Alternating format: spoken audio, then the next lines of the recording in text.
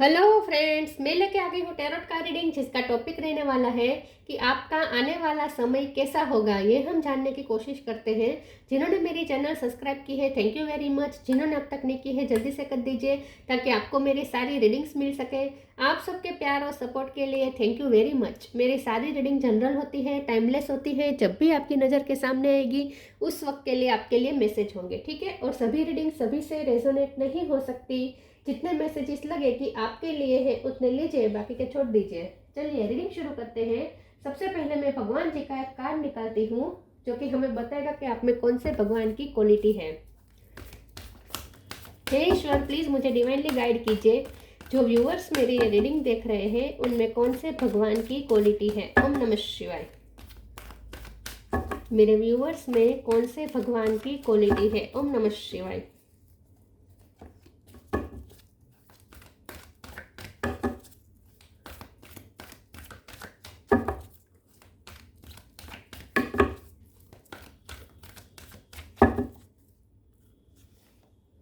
Ganga, goddess of heavenly ambrosia, Ganga ji का card है आपके लिए। इसके बारे में बाद में बात करते हैं। पहले टैरो से देखने की कोशिश करते हैं कि आपका आने वाला समय कैसा होगा। हे ईश्वर, प्लीज मुझे डिवाइनली गाइड कीजिए। जो व्यूअर्स मेरी ये रीडिंग देख रहे हैं, लवर्स, उनका आने वाला समय कैसा होगा। ओम नमः शिवाय।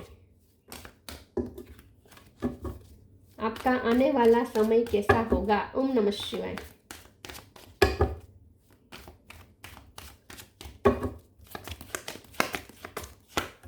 Six of cup,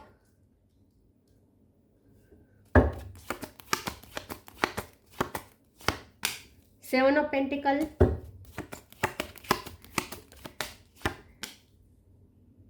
four of swords, three of wands, death,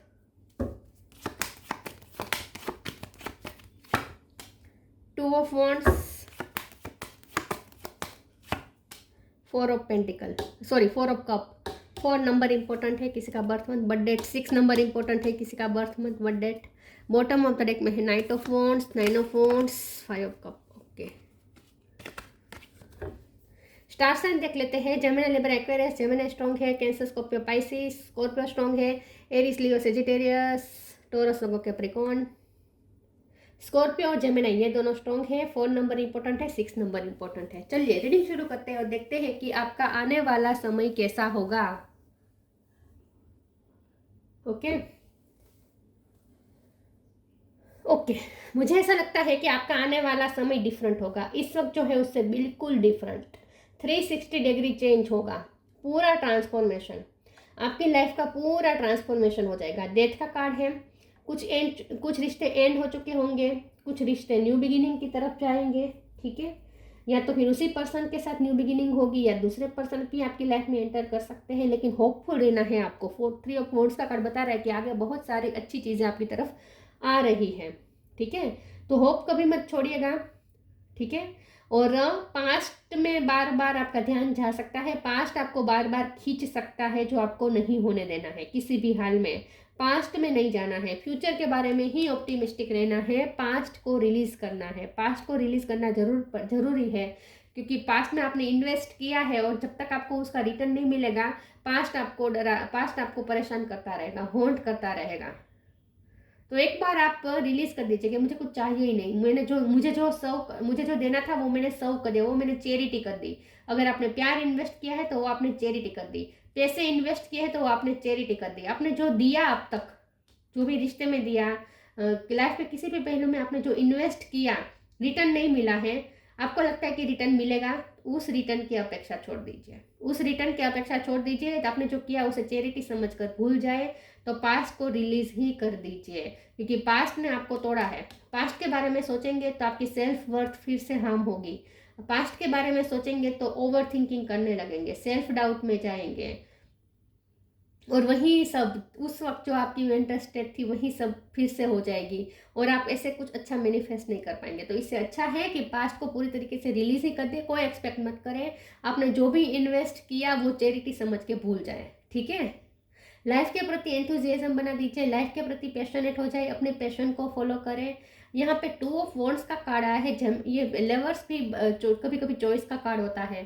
तो आपका आने वाला समय आप डिसाइड करेंगे, जो आप चूज करेंगे ऐसा होगा।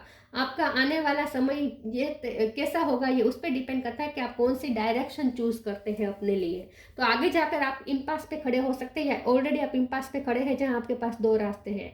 तो सोच समझ के एक रास्ता आपको चूज करना है, ठीक है। ये आपकी लाइफ चेंजिंग है। ये दोनों आपके पास जो विकल्प है, ऑप्शन है, वो आपके लिए लाइफ चेंजिंग साबित होने वाले हैं। तो वह सोच समझ के डिसीजन लीजिए, और एक बार जब डिसीजन लिया तो फिर पास्ट में पीछे मुड़ कर देखना नहीं है। फिर देखे आगे, ऑप्टिमिस्टिक रहे, आगे देखे कैसे कैसे चीज़ें आपके लिए वर्क करती है। पास्ट को छोड़ना पड़ेगा, फिर वो चाहे रिश्ता ही क्यों ना हो, पास्ट को छोड़ना पड़ेगा, तभी होगा, तभी हो पाएगा। तो आगे आगे आपका आने वाला समय कैसा होगा ये आप खुद चूज करेंगे, और ये आपके डिसीजन पे डिपेंड होगा। प्योरिफिकेशन कर दीजिए, पुराने सारे मामले रफा दफा कर दीजिए।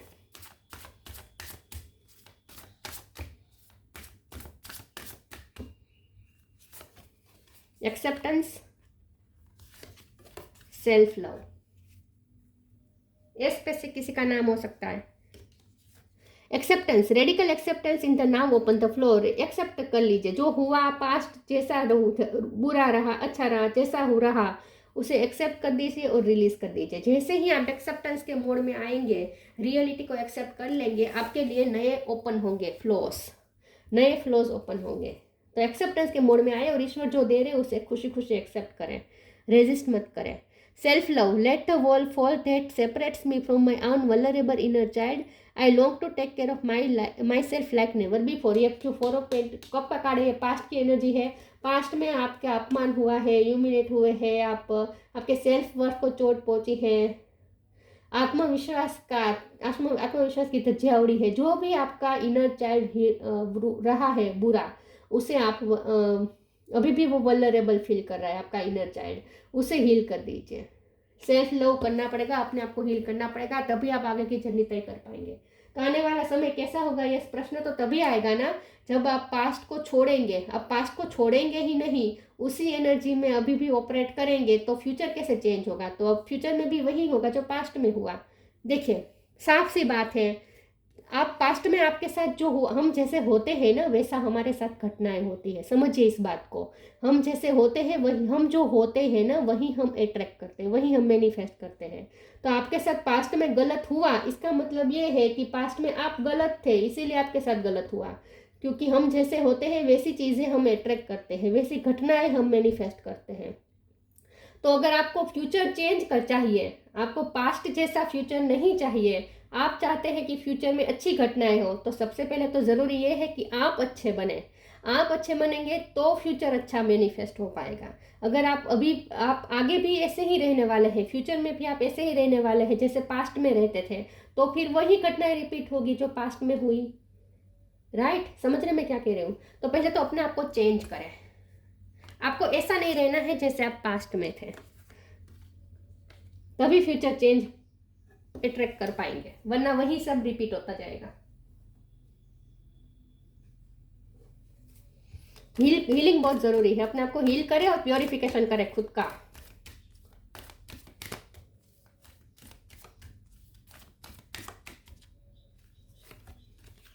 The end, stay connected with in. Death का बार बार कार्ड आ रहा है, यहाँ पे भी डेथ की बात आएगी। चेंज होना पड़ेगा ना, आपको खुद को मारना पड़ेगा। आप पास्ट में जैसे थे उसको पूरी तरीके से मार दीजिए और एक नया जन्म ले लीजिए। आप अपना एक नया जन्म कर दीजिए, फिर देखिए आपकी लाइफ कैसे ट्रांसफॉर्म होती है। The end, everything has to end someday, be prepared, preparation will bring desired result. तो अपने आप को एंड करें, तभी आप डिजायर्ड रिजल्ट मिल पाएगा। तो जो हुआ उसे एक्सेप्ट करें, ठीक है। आगे जो है उसे एक्सेप्ट करने की तैयारी बताएं, लेकिन अपने आप को ख़त्म करने की भी तैयारी बताएं। आप पास्ट में जैसे हैं वैसा अब आपको नहीं रहना है, आपको अपने आप को चेंज करना है, तभी आप फ्यूचर चेंज कर पाएंगे। तो अपने आप को एंड करें, पास्ट को एंड करें और अपने आप को एंड करें और नया बनाए अपने आप को। Stay connected within, connect with the divine in you, sit quietly, close your eyes and calm your mind, you will get answer to all your troubling question. अपने अंदर के डिवाइन जो बैठा है, आपके अंदर जो डिवाइन छुप के बैठा है, उनसे कनेक्ट करें, अपनी अंतरात्मा से कनेक्ट करें। Close your eyes, sit quietly, calm your mind, you will get answer to all your troubling question. आपको आपके सारे क्वेश्चन के आंसर अंदर से ही मिलेंगे, अपने आप से पूछें।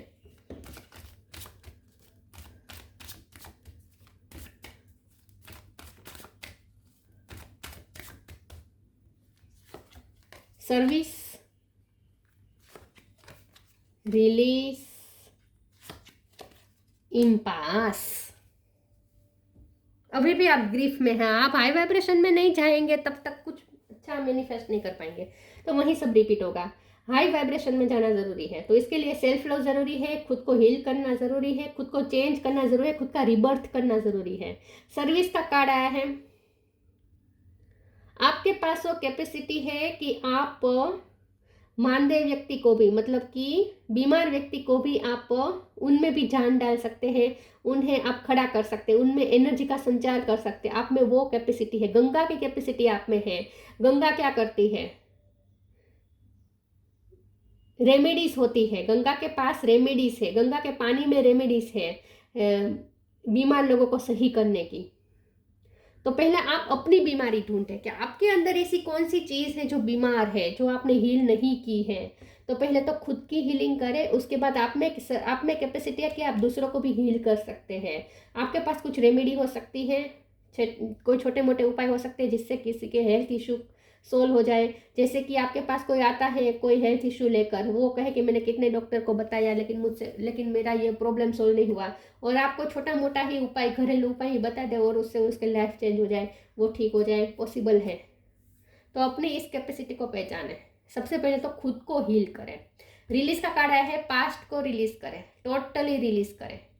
पास्ट को रिलीज करें और अपनी पास्ट सेल्फ को भी रिलीज करें। पास्ट में आप जैसे थे वैसे एंड कर दीजिए, वैसे नहीं रहना है।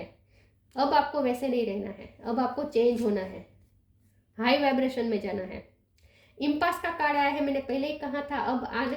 अभी भी आप इस इम्पास पे हैं या आने वाले समय में इम्पास पे आ सकते हैं। आपके पास दो ऑप्शन आ सकते हैं, या फिर आप अपनी डायरेक्शन खुद चूज करने वाले हैं कि आपके फ्यूचर कैसा होगा, ये अब आप खुद तय करेंगे। लेकिन अगर आपको फ्यूचर अच्छा चाहिए तो खुद को तो चेंज करना पड़ेगा, खुद का रीबर्थ करना पड़ेगा।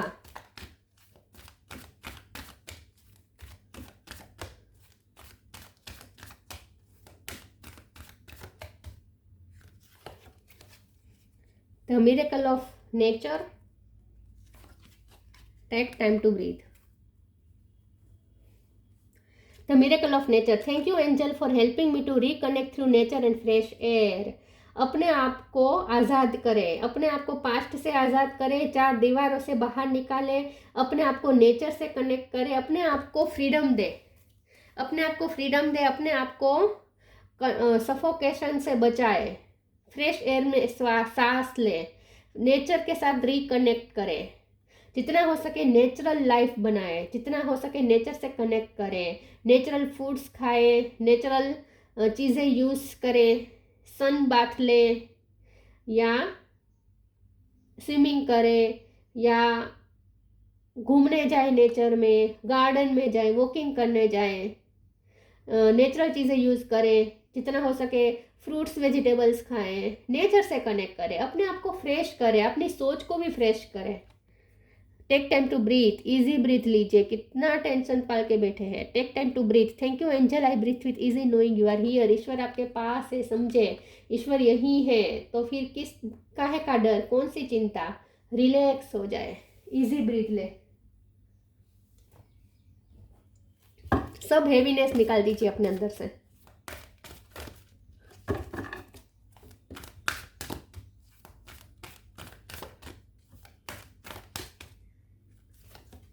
डिविनेशन,